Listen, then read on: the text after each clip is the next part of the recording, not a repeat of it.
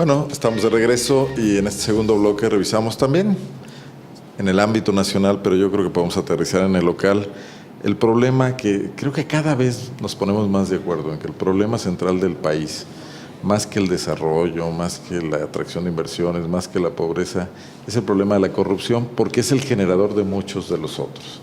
O sea, la falta de eficacia de los fondos destinados al combate a la pobreza tiene que ver con que no llegan a su objetivo, con que se quedan en el camino, con que se contratan las empresas de los cuates, con que hay nuevos ricos con el dinero para combatir a la pobreza, ¿no? Etcétera, ¿no? En Pemex el tema es que la empresa no es eficiente porque está oceanografía y cosas como estas, ¿no? En el Congreso Federal resulta que no hay una planeación de la inversión pública porque un diputado pone una aduana y cobra moches para asignar presupuestos y parece ser que recibe aplausos por ello y además lo celebra en grandes fiestas. Entonces yo creo que el tema central de este país, como en el siglo XX y como en el siglo XIX, sigue siendo el tema de la venalidad de los funcionarios públicos, la disposición de los fondos públicos como si fueran de su propiedad y la impunidad absoluta con que hacen todo esto. Y eso no mereció ninguna mención en ningún spot del informe, ni en el informe mismo.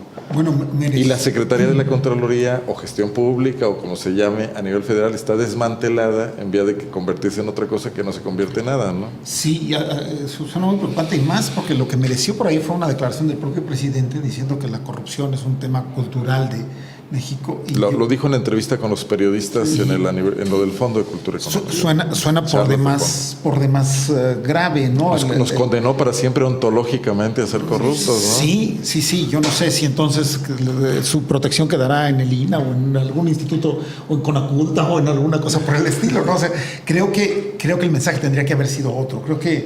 Yo creo que si de veras se le quiere apostar al combate a la corrupción, tendría que haber sido una acción del primer día de gobierno. O sea, esta entidad se debe haber creado inmediatamente y haber estado supervisando todo el proceso del gobierno federal y bueno, y de donde tocara base los recursos federales, ¿no? Y además sería un mensaje claro al gobierno federal y claro a las entidades federativas, ¿no? No lo hay. ¿Y qué va a vigilar esta entidad cuando se quede? Los años pasados de Peña Nieto o lo que venga, o sea, ya quedó totalmente disminuida como una entidad de mediados de sexenio, si es que acaso.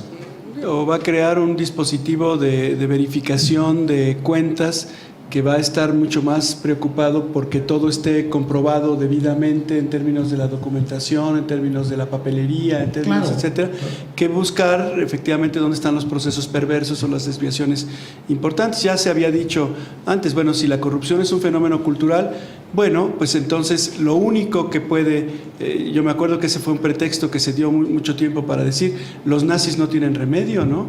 Los nazis tienen un problema de cultura y de lengua materna, ¿no? Lo van a heredar de generación en generación. Y un día dijeron, no, la democracia se basa en las instituciones, en patriotismo de la Constitución, y vamos a fundar un país con diferentes premisas. Y bueno, se tardaron 50 años. Nosotros, ¿cuándo nos vamos a tardar diciendo la corrupción es un problema de las instituciones? Dijo Meyer, no es un problema de la cultura. ¿Y cuándo nos vamos a sacudir ese problema de encima? No está en la cultura no viene y te hace corrupto, ¿no? Lo que te hace corrupto es justamente las instituciones en donde vives la cultura. Y las instituciones sí podríamos hablar de una cultura de la impunidad que propicia la corrupción. El de no jalen que descobijan, el de que mira, no le hagas a nadie lo que no quieres que te hagan a ti, el de lo que ya se chingaron bien chingados, utilizando una licencia aquí. Sí, o sea, los políticos en general se manejan en ese ámbito. O sea, no te metas con esos temas, solo cuando resulta ya evidente o escandaloso. Es más fácil que cause repercusiones un escándalo sexual que un escándalo de corrupción, ¿no? Sí. Entonces, pero además el fenómeno cultural del viejo PRI corrupto se extendió como un cáncer a todo el sistema. Con los perredistas no era muy difícil, varios de ellos provenían de allá. Y aquí hay que ver todos los mitos. El general Lázaro Cárdenas, prohombre de la historia política de este país, era un hombre muy rico, muy acaudalado, y no lo era de familia. Presidía consejos de muchas empresas, doña Amalia lo hacía, ¿no? Cuauhtémoc Cárdenas es un junior de la política. Y ya estaba sancionado por la historia y por la tradición, como Miguel Alemán, como etcétera.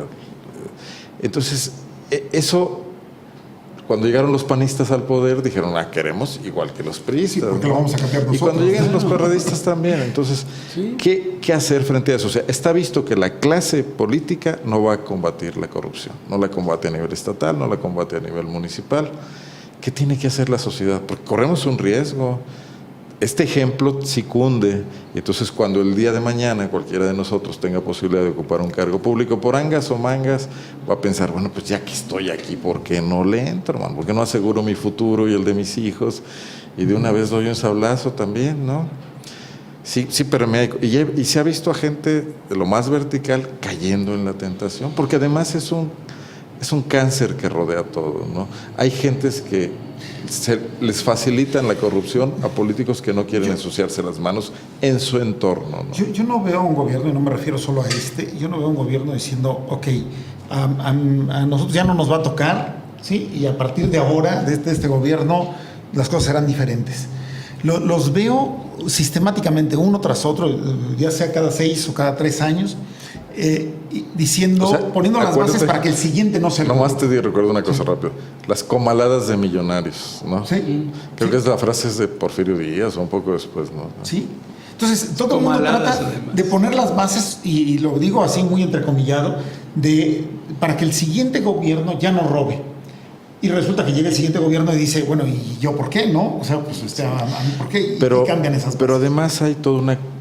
Y bueno, hay toda una secuela empresarial. Esto iba a decir cultura, pero ya no quiero usar el término cultura. Porque, por ejemplo, en la obra pública, los constructores saben que si no dan diezmo, que si no dan moche, no les tocan obras. Y entonces desde el gobierno se corrompe a la sociedad, ¿no? Si un constructor llegara a querer hacer negocios honestos en muchos estados de este país, y incluyo a Guanajuato en ciertas épocas más que en otras, no quiero calificar la actual, todavía estamos reporteando, pero ya lo sabremos pronto, no puede ganar una licitación. Está hecha de tal manera la legislación que lo pueden descalificar aunque sea el mejor precio y dársela a otro que es más caro y que sí da moche. Y el problema ocurre, como dice Luis Fernando, si tienes una entidad de control que simplemente revisa el procedimiento va a estar correcto. Sí, o muy probablemente esté correcto. Lo formal. Sí, lo formal, se le asignaron al más bajo, etcétera. Sí, nada más de que el más bajo está muy por encima de lo que la obra cuesta. Si tuviéramos una secretaría o una dependencia o una entidad que dijera, a ver, vamos a hacer el análisis verdaderamente de lo que cuesta esta obra y cómo se dieron las cosas, entrar al fondo. Ayer Raquel Barajas retomaba esta frase periodística de seguir el dinero, ¿no? Sí.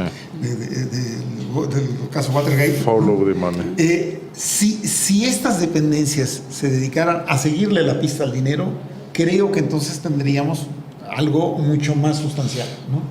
Sí, el problema de la corrupción no empieza, digamos, con las malas conductas para atravesar la ley, sino con las malas prácticas para hacerse de ganancias inmediatas.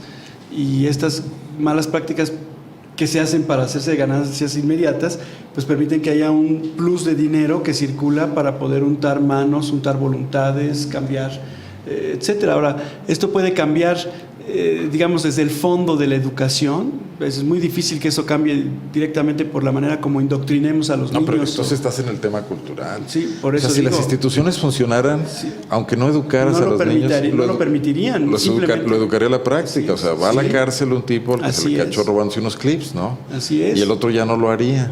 Y a la vuelta de 20 años verías una mejoría verdaderamente sustancial. castigas a un estudiante que copia, ¿no? En los exámenes. Porque en las escuelas a nadie le enseñan a robar. Lo que se permite es que existan trampas, ¿no? Y sean toleradas, pero yo no veo ningún maestro diciendo, ustedes pórtense mal y reprueben el examen y vengan a darme una lana. Creo que todavía no, creo que no llegamos a ese grado de cinismo, ¿no? Es en la cúpula, eso es lo lamentable, es en la élite. Y una élite sí puede corromper a un país terriblemente. Y volvemos a lo de antes. Por eso las reformas a nadie le garantizan una mejoría sustancial de la forma de funcionar del país, porque tú puedes poner en la ley cosas muy ideales y sabes que en la práctica eso no se va a cumplir. Bueno, ya el gobernador Márquez se quejó de la ley anti-bullying diciendo que le pide demasiadas cosas a los maestros. O sea, aquí los funcionarios se quejan de la ley. Ellos mismos la aprueban, ellos mismos la publican, ¿no? Sí, y luego se quejan de ella. Ellos la promueven. O sea, pero el tema con Peña Nieto es que ni siquiera se ha esbozado mínimamente la posibilidad de una reforma legal que pretenda acotar la corrupción, ¿no? Controlarla mínimamente. Iniciar una lucha que puede ser de que muchos se supone años. que la habrá por el anuncio original. Sin embargo, yo Pues sí ayer insisto, no se mencionó. cuando Mejor la se haya- mencionó la construcción del aeropuerto. Sí. Una obra de multimillonaria. Sí, Imagínate la cantidad de 5,20 contratos que va a haber millones de ahí. dólares. Sí, ¿no? Corrupción. pero aún suponiendo que ocurra, Arnoldo, yo creo que ya viene tarde. O sea, yo creo que esa tendría que haber sido la iniciativa, retomando un término legislativo, preferente de Peña Nieto. O sea, creamos un sistema anticorrupción y después hacemos todo lo demás, ¿sí? Para garantizar que todo lo que hagamos, o todo lo que se haga, no esté contaminado de esta corrupción. Pero resulta que ya se hizo buena parte. Yo no digo que se haya hecho corruptamente, pero ya van 2 años. Y de aquí a que se lanza esto y que empieza a caminar, va a ser medio sexenio. Y este medio sexenio, bueno, pues ya difícilmente va a poder consolidar un esquema anticorrupción hacia lo que siga. Pero fíjate qué interesante que lo pones en términos de sexenio.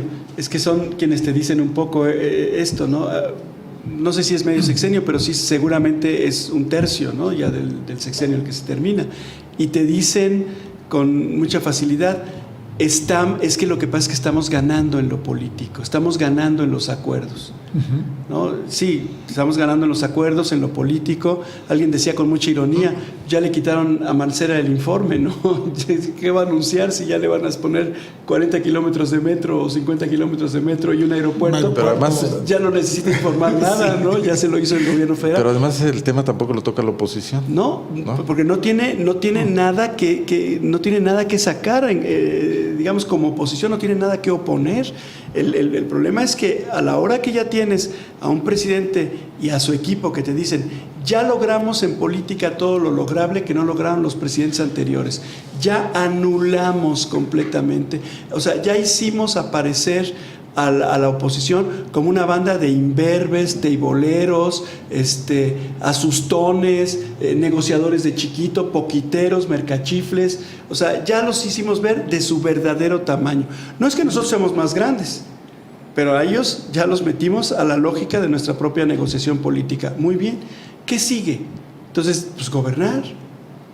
Ya los tienes en la mano. Gobernar autoritariamente, Sí, ahora, gobernar al viejo estilo, claro, no ahora, gobernar ya te echaste a la bolsa dialogando, al país. Ahora te toca mandar, ni democráticamente. Bueno, Pero ahí viene un problema. ¿Y quién te va a Cuando poner un la gobierno agenda? ya no tiene obstáculos para tomar decisiones y llevarlas a la práctica, lo único que se le exige es ser eficiente. Bueno, como Salinas de Gortari, el bocho y el changarro y todo esto. O sea, el segundo tramo de gobierno de Salinas, la economía mejoró notablemente. Sí. Y el autoritarismo salinista tenía un y era hasta popular, Pues sí. porque fue eficiente. El problema de Peña hoy es que ni siquiera está siendo eficiente. El riesgo democrático es Yo no pido eso, ¿eh? Yo prefiero una democracia que- que funcione medio cucha, pero que sea Que sea democracia. que tenga equilibrios. El riesgo democrático es que nos hayamos quedado sin oposición.